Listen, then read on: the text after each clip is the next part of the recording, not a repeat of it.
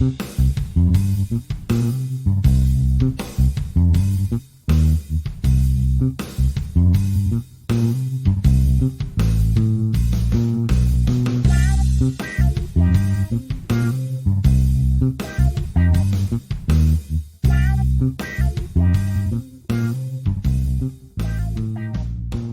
known fact too. There's a lot of quotes from just random people through the album, and the laughter there that they use, I think in Brain Damage, or it could be in Eclipse, is the laughter of a guy called Peter Watts, and I think he was just a doorman at Abbey Road Studio.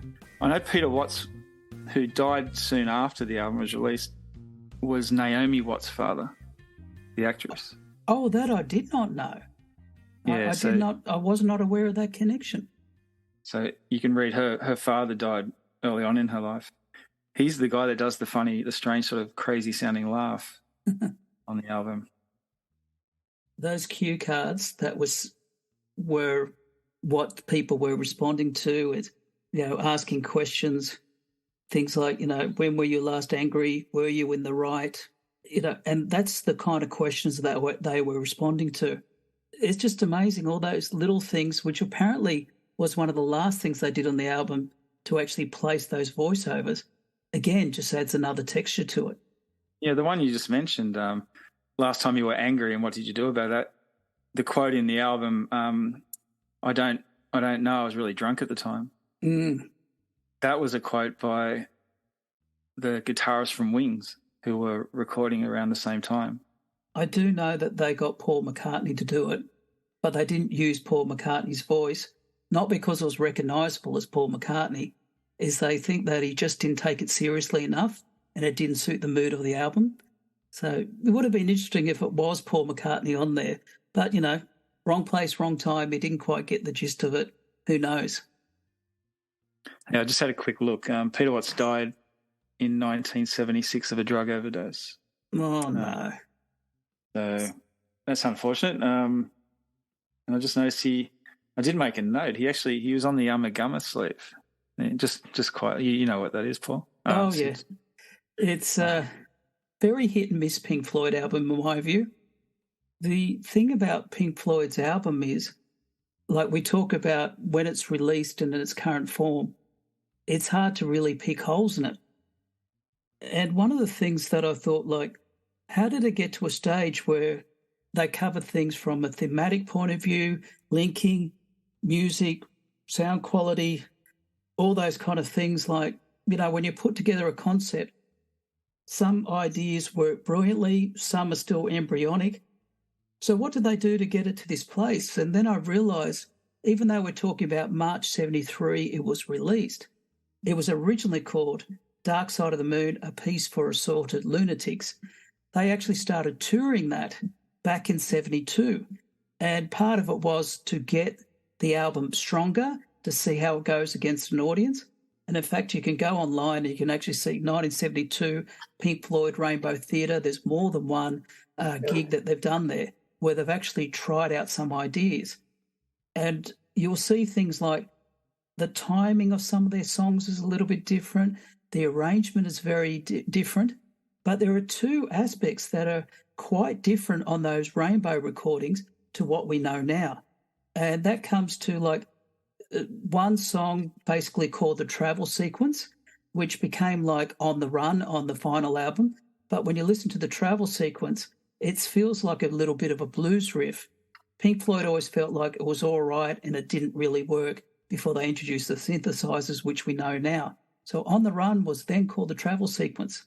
I'm really actually glad that On the Run is there, but it's also interesting to listen to The Travel Sequence.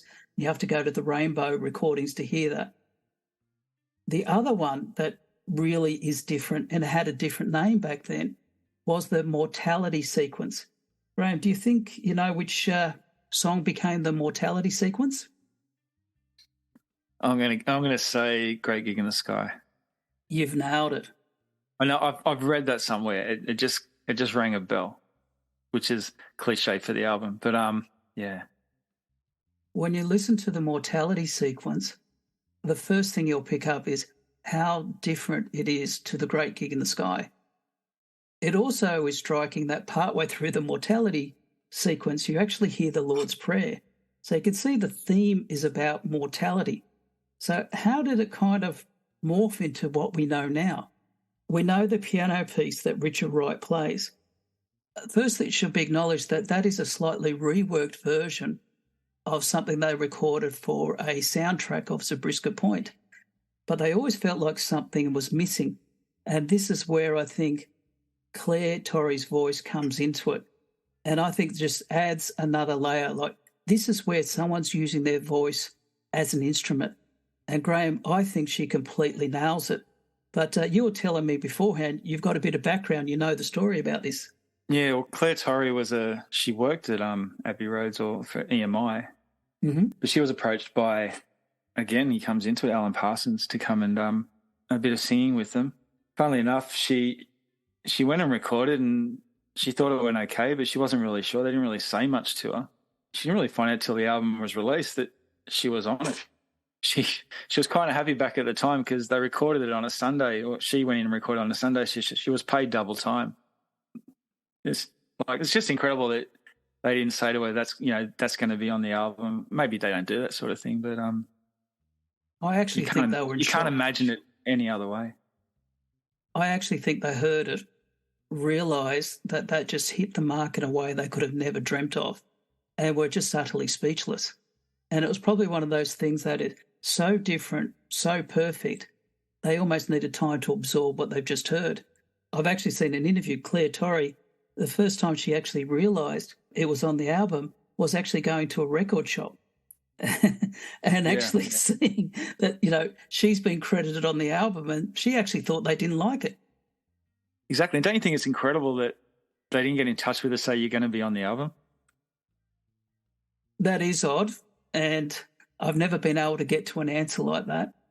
The one thing I do know is that something like 20, 25 years later, she did try to claim more money for that song because she argued that she had some artistic input into that song.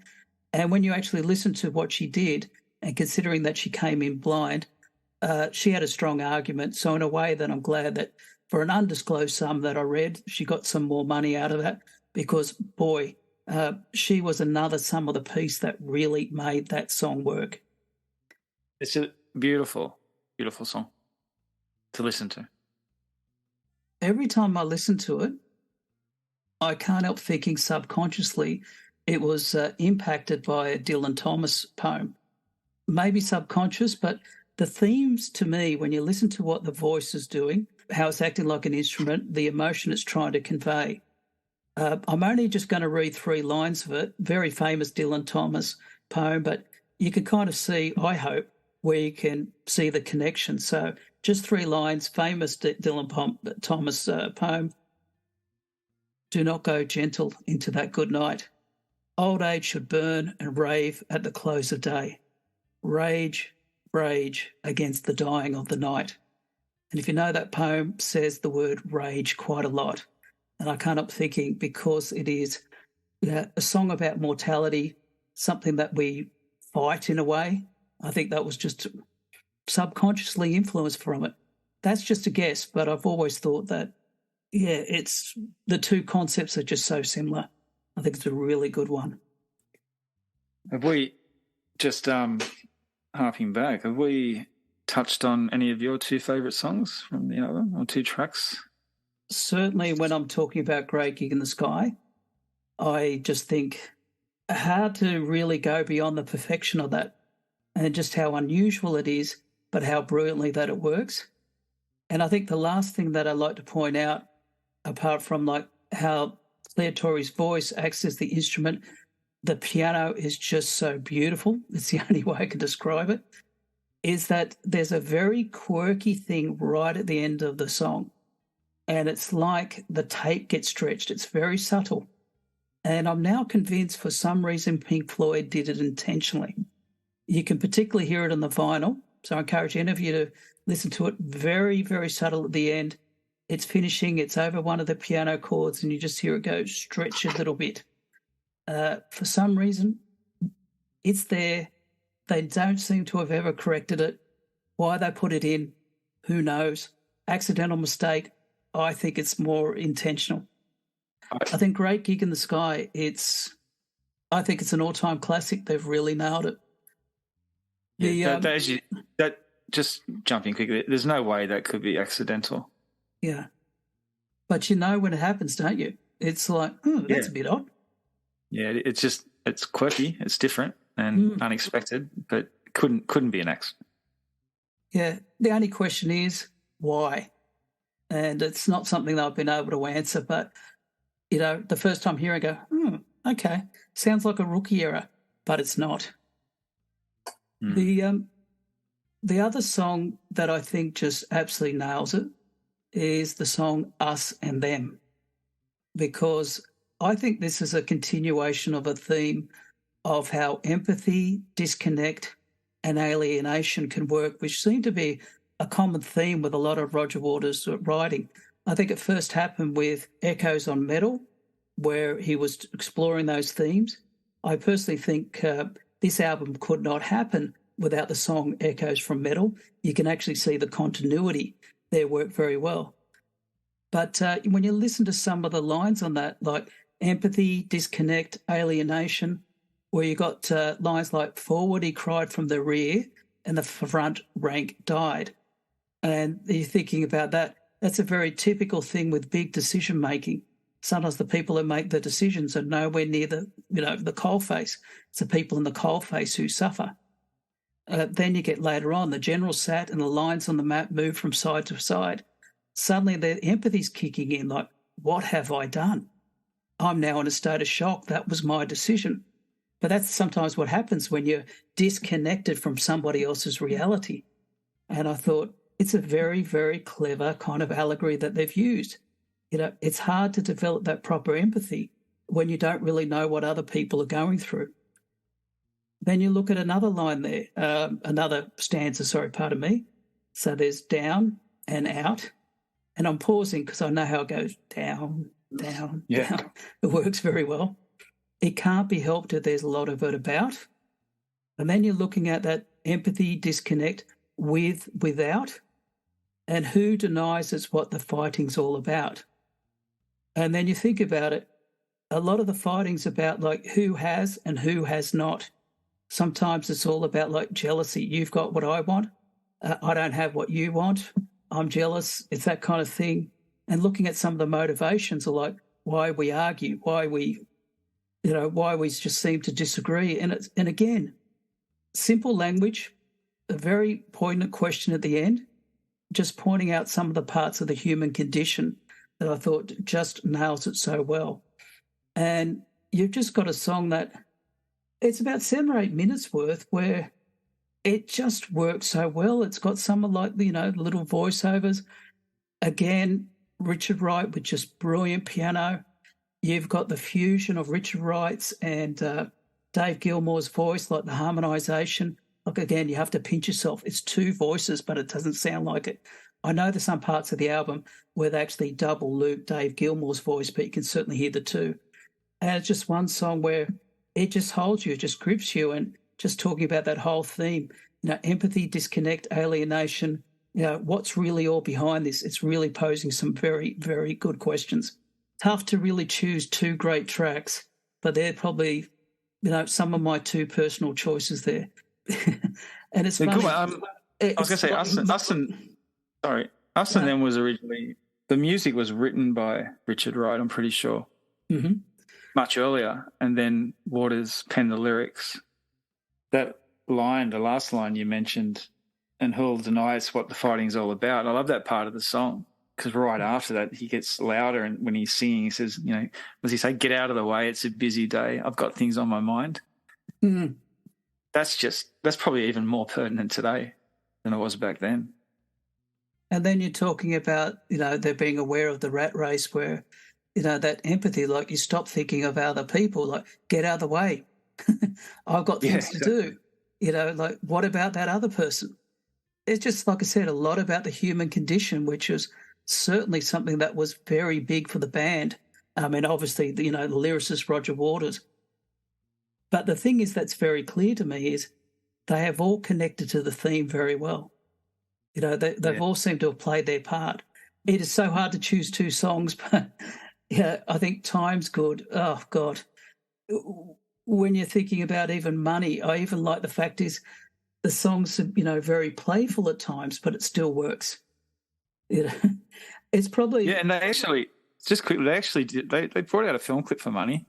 If you haven't seen it, have a look. Yeah, it's a repetitive film clip, but it's quite interesting to have a look at. And it was one of the earlier times that they really experimented with animation, which came into play with a lot more of their other albums, and particularly when they're moving more into video and film clips and things like that to support it. And also those concerts was the first real time they introduced that circular screen to show things like that Money film clip, the Time film clip, you know, all those kind of things to really create that whole, you are at a concert, you are at a production, you are at a show, you're just not listening to a concert. Because they became the best at, I think that was around the time they started introducing a plane crashing above the crowd, which obviously went on, you know, when I went and saw Pink Floyd the first time, they had the big pink pig and the animals floating around above. Totally different to anything I'd ever seen. There is, when you look at the doco of the making of Pink Floyd, there's a photo from that Rainbow tour, and I think it just summarises everything. These two girls, I guess they're in their late teens, early 20s, and it says so much about the reverence of Pink Floyd audiences back at that time. Like, we might go to concerts and we might, you know, dance or really get in the music, or sometimes yell out, play this song. You know, I can remember watching Billy Joel and people saying, play the Piano Man. But they were talking about it didn't happen in Pink Floyd concerts back then. And these two girls were standing up and you could see they were totally engrossed in the music. One of them had their eyes closed. The other one you could see just completely captivated in the whole experience. And I just thought, like, that really summarizes like what the Pink Floyd experience was back then. It's not like let's get down and party and rock out. Let's get down and just listen to this experience, see this experience. That really set them apart, wasn't it? You know, you went there to solely listen. You didn't go there to party. It wasn't that kind of band. No, definitely. You wanted to hear the music. You wanted to hear the words. You wanted to hear where the story was going to. They absolutely nailed that in a way that, you know, you haven't seen before. This is really going on a bit of a tangent. I think there's so much about the album that we can talk about, but I think there's some other things too, like the sleeve is probably up there with the most iconic sleeve on an album that you've ever seen. Can you think of any other albums that are more iconic? Oh, for me, the cover of Alchemy from Dire that's pretty Straits. Cool. But it doesn't rank as high as this one. I think I can't think of another album cover or sleeve, if you want to say, that is as famous as this one. I mean, there's not many highest selling albums in the history of the world, obviously, but the ones that are above it, say Thriller, it's not quite, it's not in the same ballpark. They're nowhere near it. The Eagles, I don't know. Yep. What about you? Like, Tubular Bells is one that comes to mind for me. It's pretty iconic. Very iconic. Yeah. But to me, it actually summarises the amount of thought they put into every single detail. You've got the very iconic symbol. When you actually open up the vinyl sleeve, you can see how the prisms work together on both pages. One of the earlier times where you open it up and you got the lyrics in there. A little note for you, Sid. The actual prism spectrum was designed by a guy called Storm Thorgerson, and that was on behalf of a request from Richard Wright. And he asked for him to design something simple but bold, and I think he pretty much nailed it. 100%. I don't really think it's that simple to me. I do think, that works. Another thing that works well, I'm losing the words. I wanted to talk about a slight bit of mythology about it. Have you actually seen The Wizard of Oz in sync with Dark Side of the Moon? I haven't tried it, but I actually want to now. I've tried it for a while and I can actually see, but realistically, it's not 100% synced. Someone's been No, very clever with it. It is am I right or astonishing. wrong? You've got to start the album bang on the third roar of the MGM line. Is that correct? That had been done for me, but you got to remember that how long is the album versus how long is the movie? You got to slide it into certain parts. I really don't think they were watching Dark Side of the Moon. It happened to be a happy coincidence. And I think the other people also, some people also say that some of the Pink Floyd fans may be a little partial to the odd drug, and maybe that makes it a bit easier to sync things like that together. The one thing that Pink Floyd, and they can probably safely say this many years later on, they won't really, even though they had that image in the early days, they weren't much of a drug band. And I think the only thing that they really acknowledged doing at the time was smoking a bit of dope. But all this kind of thing like heavier drugs and stuff like that, that was Syd Barrett days. I mean, the guys well and truly got beyond that. And the most interesting thing about the doco of making that album and even the following Wish You Were Here is how often the guys would do recording, then play sport the next day. You can see footage of them playing squash, playing golf, playing soccer, playing cricket. It doesn't look like the type of guys who are doing drugs at the same time. They wouldn't have the motivation. So it kind of dispels that myth straight away. And I think we've spoken in the past that there's two main reasons why they stopped recording when they were recording. One was because the soccer was on. Mm-hmm. Do you know the other reason? Oh, yes. Monty Python's Flying Circus. Yeah, Monty Python were on the BBC at the time. They'd always stop to watch. And they had another correlation with Monty Python as well, which I think you know about, Sid. They put some money to their movies. Yeah, they helped. I think they paid 10% of the budget for The Life of Brian. I think it was the Holy Grail, but it was the Holy Grail. It was the Holy Grail. No, you're right. I stand corrected because I think they put in about £20,000. I also know that Led Zeppelin contributed to that as well. So there was quite Elton John? I think you're right on Elton John. I'll have to double check that one. But it gives you an idea of like all these people who were becoming well known musically, the artistic community, how they were helping out each other. And there was certainly a lot of respect and reverence for all these really like groundbreaking bands. It was very, very clear. What do you think stands out? What do you think is the legacy of the album? Can it be put in a sentence or two? Probably not in a sentence or two. A legacy perhaps would be that it's eternal. Because the album's still selling roughly 500,000 copies per annum. In total, it's spent over 900 weeks in the Billboard Top 200. And I know it holds the record for the longest continuous at 570-odd weeks. It's just phenomenal in so many respects that, like, I don't think you're going to find The Bodyguard with Whitney Houston doing that sort of thing, even though it sold as many copies early on. And I don't think even Thriller will still be selling 500,000 copies in 20 or 30 years' time. So like I said, my kids could probably, at the age of 14 or 15, could probably get into this album at some stage and enjoy it as much as I have. So maybe that word eternal, I think it'll still be around. When other albums are long, long gone, it'll still be around and just as popular and just as talked about and just inquired about and analysed thought about. Yeah, and maybe over-exaggerated or under-exaggerated, who knows. But, there's not many albums that can do that. To me, I agree with everything you said, but it's one of these albums where, and I'd say it's a lot of the Pink Floyd brilliant stuff, there is just a synergy. This was like the sum of all the parts. I'm probably underplaying some of the roles there, but the thematic ideas, which is, put to Roger Waters, putting them forward. Then you're looking at the unbelievable guitar playing. David Gilmour is just in a class of his own. the way that Rick Wright holds it together with a piano, keyboards, those kind of things, and what he's underpinning the music with just works brilliantly. It just fits into place so nicely. And then you also got to look at the drumming, and that's Nick Mason. It's not overplayed. It's not underplayed.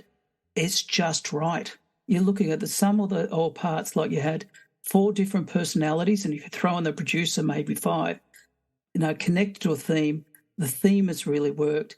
And what we've got something is that 50 years later, we can still very, very much talk about. There was a formula that they stumbled across that just seemed to work for that band. And I think we are better off for that. And I'm really glad that when Roger Waters said, that whole, starting gun thing, he knew the time was now. And I think we have benefited from that. I think it's just good stuff. And I'm glad we've been able to talk about it. I agree. We should mention that to our listener. I think we might be in plural now. I'm not too sure. Really? Yeah. But we're on Facebook, aren't we? No, I haven't checked. Well, it's the podcast with no name. And you can also find us on podnoname@gmail.com. There is also Instagram. So podnoname, you should be able to find us. This is our first recording of the new season. So I could say from myself, Sid, thank you very much for sharing with us about our love of Pink Floyd and a very classic album. If indeed you want to hear about more music or more Pink Floyd, please inundate us with at least one email. That might be nice. And, we might follow through. I mean, I've always wanted to talk about Wish You Were Here, but that could be another day. If the listener wants it, I'll do it. And don't forget to hit that like and smack that bell. 100%. And, before you know it, we'll be showing up in your automatic news feeds. Oh, that could be an interesting thing. Who knows? If we keep doing that, we could have enough money for merch, and what could happen next? So I think for myself and Graham, thank you, and please tune in for our next podcast. So we wish you were here. Always a pleasure. Thank you, Sid.